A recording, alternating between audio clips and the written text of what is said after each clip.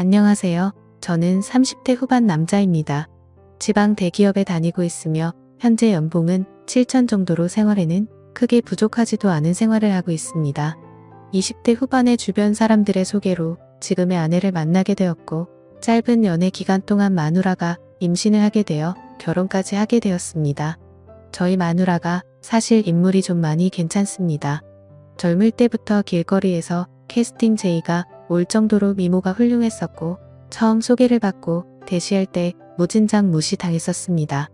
그나마 제가 직업이 괜찮아서 연애까지 이어졌었던 게 아닐까 생각을 하고 있습니다.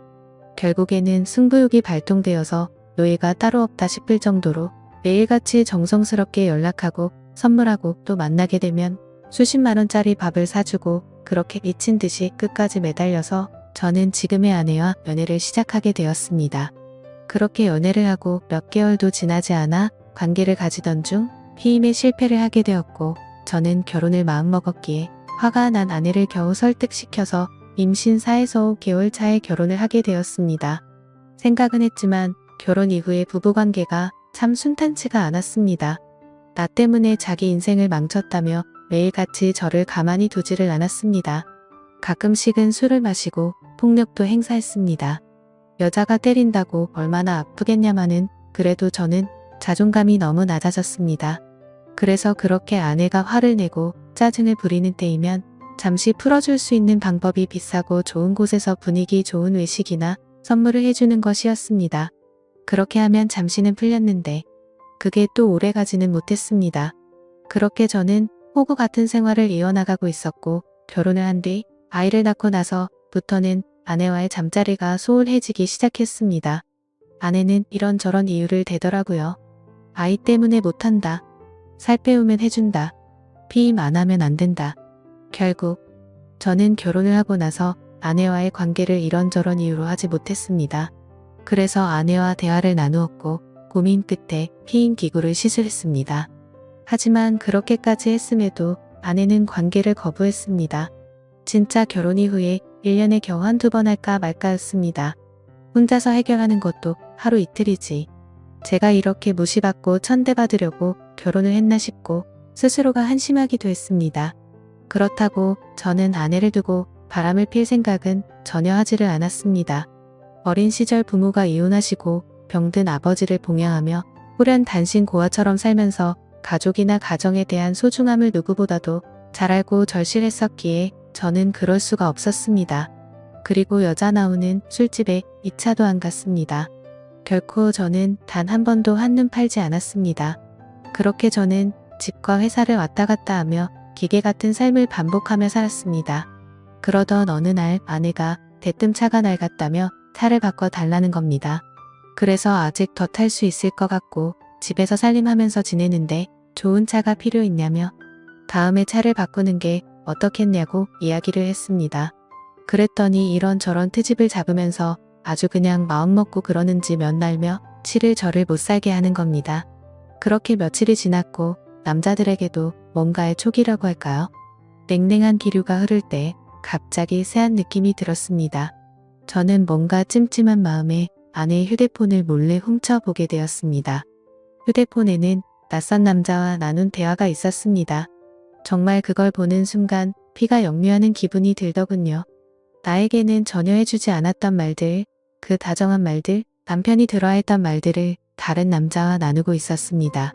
그래서 거실 밖으로 나와 일단 마음을 가다듬고 아내에게 물어봤습니다. 내가 아내의 휴대폰을 들이밀면서 이 남자 누구냐고 물었습니다. 처음에는 발뺌을 하려고 하는지 횡설수설하다가 증거를 들이대고 있으니 그냥 만나는 남자라고 자백을 했습니다. 정말 그 말을 듣는 순간 망치로 머리를 맞은 기분이 들었고 손이 덜덜 떨리더라고요. 제가 다시 물었습니다. 그러니까 그게 누구냐고.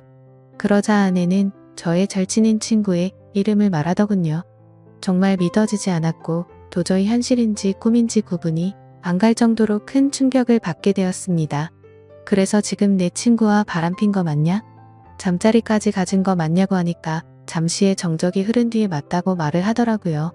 어떻게 이런 상황이 만들어진 거냐고 물어보니 제 친구와 아내는 평소 사소한 연락을 주고받았고 처음에는 별다른 감정이 없었고 식사나 하려고 만났는데 제 친구의 제안으로 그날 함께 술을 마셨고 사고를 쳐버렸다고 말하더군요. 저는 그 당당한 모습에 너무 미친 듯이 화가 났고 결혼 후 처음으로 아내에게 욕을 퍼부었습니다. 그리고 주방에 있던 가위를 들고 머리카락을 다 자르려고 하다가 몇 가닥 잘리는 거 보고서 그 순간만큼은 이건 아니다 싶어서 그만두었습니다. 저도 저를 통제할 수 없을 지경이었습니다. 아내와 친구에게 배신당한 저는 너무나 분하고 억울하고 울었습니다. 집과 회사를 반복하며 힘들게 가정을 위해서 살았던 내가 정말 분했습니다. 집사람한테 욕을 하고 결혼 후 처음으로 집안에 있는 물건도 부셨습니다. 제 친구였던 그 더러운 놈에게 전화해서 다짜고짜 욕을 했더니 알게 됐냐며 미안하다고 말하더니 전화를 끊고 휴대폰을 끄더군요. 저는 너무 화가 나서 아내 보고 얘 보라고 이렇게 전화 끊고 잠수 타버리는 놈이라고 그 더러운 자식을 만나러 가자고 앞장서라고 했습니다. 이런 놈이 마음에 들면 같이 가서 이야기하고 당장 이혼하자고 했습니다. 그랬더니 집사람은 결혼 후 처음으로 저한테 미안하다라는 말을 합니다. 저는 그동안 수백 번 했던 미안하다라는 말을 했는데 집사람한테는 처음 이 말을 들었습니다. 그 흔한 미안하다라는 말을 왜 바람핀 것 때문에 들어야 될지 몰랐습니다. 휴대폰을 뺏어서 다시 봤습니다. 그 사이 전화 목록, 메시지, 내용, 카톡 등등 전부 다 지워버렸더군요. 저는 도저히 집에 있다가는 큰 사고를 칠 것 같아서 일단 집을 나갔고 당장 한때는 절친이었던 친구네 회사로 찾아갔습니다. 그때까지도 그놈은 휴대폰을 꺼놓고 있더군요. 그놈의 회사 로비에 도착하자마자 이름을 외치면서 소리를 질렀습니다. 그러자 경비를 보시던 분들이 뛰어 오더니 무슨 일이냐며 침착하라고 저를 타이르더라고요. 저는 그놈의 이름을 말하면서 당장 내 앞으로 데리고 오라고, 안 그러면 이 회사 다 엎어버리겠다고 말했습니다.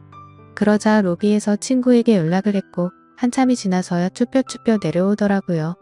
제 친구 대학 시절 만나게 돼서 알게 됐는데 정말 둘도 없는 친구라고 생각했었습니다. 외모도 준수하고 여자들에게 항상 인기가 많았던 친구였습니다. 그런데 설마 친구의 아내에게까지 이따위 짓을 하리라곤 상상조차 못했습니다. 저는 그놈의 얼굴을 보자마자 주먹을 날려버렸습니다. 사람들이 깜짝 놀라서 말리려고 달려왔고 그놈은 그냥 친구랑 문제가 있다면서 괜찮다면서 저를 데리고 휴게실로 데리고 가더군요. 네가 사람 맞냐고, 어떻게 친구 아내와 그따위 불륜짓을 하고 이따위로 전화 끊고 잠수 타면 다 해결될 줄 알았냐라고 물었습니다. 그러자 그놈은 정말 죽을 만큼 힘들었고 자신도 자신의 마음이 통제가 안 되었다고 무릎을 꿇고 빌더라고요. 본인도 처음에는 그런 감정이 없었는데 술김에 사고를 쳤고 그때부터 자신의 감정이 컨트롤이 되지 않았다고요. 그래서 저는 네 재수씨도 이 사실 아냐고 물었고 제발 한 번만 비밀로 해달라고 말하더군요. 정말 어처구니가 없지 않습니까? 친구 아내를 데리고 그딴 짓을 한 놈이 자신의 가정은 지키고 싶었나 봅니다. 전 그 자리에서 그놈 아내에게 전화해서 이 사실을 다 말해줬고 앞으로 평생 내 눈에 띄지 말라고 말하고 인연을 끊어버렸습니다. 그렇게 하고 집에 들어오니 저녁이 다 되어 있더군요. 근데 집사람이 갑자기 돌변을 했더군요. 그 사람 회사까지 찾아갔냐며 그냥 그 친구와의 관계도 다 끝났다면서 갑자기 또 큰 소리를 칩니다. 너 이거 하나 때문에 앞으로 내 위에 서려고 하지 마라, 딱 이런 자세로 저에게 그대로 이야기했습니다.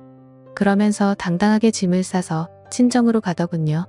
몇 시간 후 장모님이 전화가 옵니다. 자기 딸이 왜 집으로 왔냐고 물어봅니다.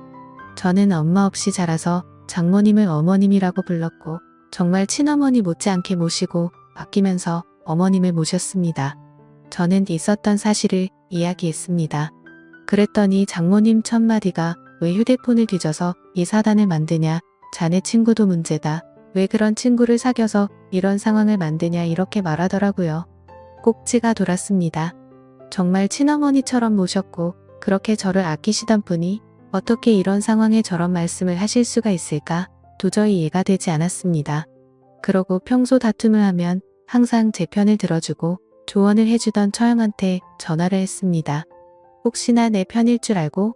하지만 이미 소식을 들은 처형도 바람핀 건 잘못한 거 맞지만 제부도 머리카락을 자르려고 했다면서요? 바람 핀 거랑 그런 행동은 따로 봐야 되는 거 아닌가요? 그리고 제부도 사회생활하면서 어디 가서 이타하거나 바람 핀 적 없어요? 라고 합니다. 자, 어이가 없고 기분이 더 더러워지더군요. 더 이상 이런 인간들과는 대화를 할 수 없다는 생각이 들었습니다. 수년간 저는 그 사람들을 가족이라고 생각했습니다. 하지만 집사람뿐만 아니고 그 가족들에게도 저는 그냥 돈 벌어오는 기계였던 겁니다. 친정에도 제가 큰 돈을 몇 번이고 도움을 줬었거든요. 더 이상 기댈 곳이 없었습니다. 그날 저녁 아직 미취학인 둘째 아이가 엄마가 없다며 옵니다. 그 우는 모습을 보니 어릴 적 제가 생각이 났습니다. 아이는 엄마한테 전화해달라고 저를 보챘고 저는 어쩔 수 없이 전화를 해서 바꿔줬습니다. 다음 날부터 저는 현실을 직시하고 아이들을 챙기고 유치원 보내고 학교 보내고 정말 새벽부터 일어나서 분주히 움직였습니다. 둘째 머리 묶어주고 옷 입히고 하는데 너무 서툴러서 힘이 들더라고요. 그렇게 3일이 지나 장모님한테 전화가 와서는 집사람과 집에 온다는 것이었습니다. 퇴근 후 같이 앉아서 이야기를 했습니다. 장모님은 이미 상황은 벌어졌고 되돌릴 수 있는 방법은 없는데 어게 할 거냐고 제게 물었습니다. 이혼하길 바라는 거냐? 아니면 용서를 하고 살 거냐? 라고 하는데 집사람 표정은 절대로 잘못한 기색이 없습니다. 오히려 당당했습니다.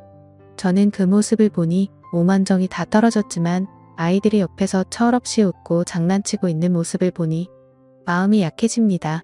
제 어릴 적 모습이 생각나고 우리가 헤어지게 되면 내 자식들도 나처럼 어린 시절을 보내야 하는 거 아닌가 싶고 정말 미칠 것 같았지만 고민하고 또 고민을 했습니다. 저는 한참의 고민을 하고 나서 집사람에게 각서를 쓰자고 했습니다. 그랬더니 아내는 자기도 나한테 원하는 내용의 각서를 쓴다고 합니다. 그래서 내가 원하는 내용을 일단 적었습니다. 가정에 충실할 것이며 절대 외도를 하지 않는다는 내용과 추후 외도, 발각시, 위자료 지급과 즉각 이혼이었습니다. 집사람도 나에게 원하는 걸 적었습니다. 양말, 팬티 뒤집어 놓지 않기, 옷 빨래통에 넣기, 상대방 무시하지 않기 등이었습니다. 외도와 양말이 동급 취급 당하면서 장모님도 나보고 생활을 똑바로 안 했기 때문에 자기 딸이 그렇게 되었다며 동급 취급합니다. 각자 각서를 다 적고 사인을 하고 일상으로 돌아가기 위해 노력했습니다. 집사람과 합방을 하기 위해 작은 애와 방을 분리시키기 위해서 작은 애 방을 꾸몄습니다. 하지만 집사람은 다시 안방으로 들어오지 않았습니다. 그렇게 그런 사건이 일어난 지도 벌써 1년이 흘렀습니다. 그 1년 사이에 가해자와 피해자가 누구인지 구분이 안 갈 정도로 예전과 똑같은 삶을 살고 있습니다. 집사람 휴대폰 번호 바꿔버리고 그 친구놈을 차단시킨 거 이외에는 변한 게 없습니다. 심지어 지금은 집사람은 철없는 아이 둘을 데리고 이단 사이비 종교를 다니고 있습니다. 이따위 종교를 믿는 것도 최근에 알게 되었고 한바탕 크게 싸움을 했는데 전혀 말이 먹혀들지가 않더라고요. 정말 제가 미쳐서 그런가 싶기도 한데 요즘은 큰 나이가 진짜 내 아이가 맞나? 이런 생각들도 수도 없이 들고 있습니다. 사실 누가 보더라도 저를 닮은 구석이 하나도 없습니다. 심지어 주변에서도 엄마를 많이 닮았는지 제 모습을 보이지 않는다고까지 할 정도로요. 그래서 머리카락을 몇 개 뽑아서 친자 확인을 해야 하나 싶어서 준비까지 다 마쳤으나 만약 내가 생각하는 대로 그게 사실이라면 아이에게나 저에게나 모두에게 너무 큰 충격일 것 같아서 진행을 포기했었습니다. 유년 시절 결손가정에서 고생하며 제가 꿈꾸고 바랬던 소박한 가정이 산산조각나서 깨질까 봐서요. 그리고 아이들의 인생을 망치게 되는 건 아닐까 싶어서 저는 판단이 서지를 않습니다. 이런 집사람과 앞으로 수십 년간 평생을 같이 지내야 하는 건지 막막하네요. 제가 어떻게 하는 게 가장 최선일까요? 많은 분들께서 좋은 말씀 주시면 좋겠습니다. 감사합니다.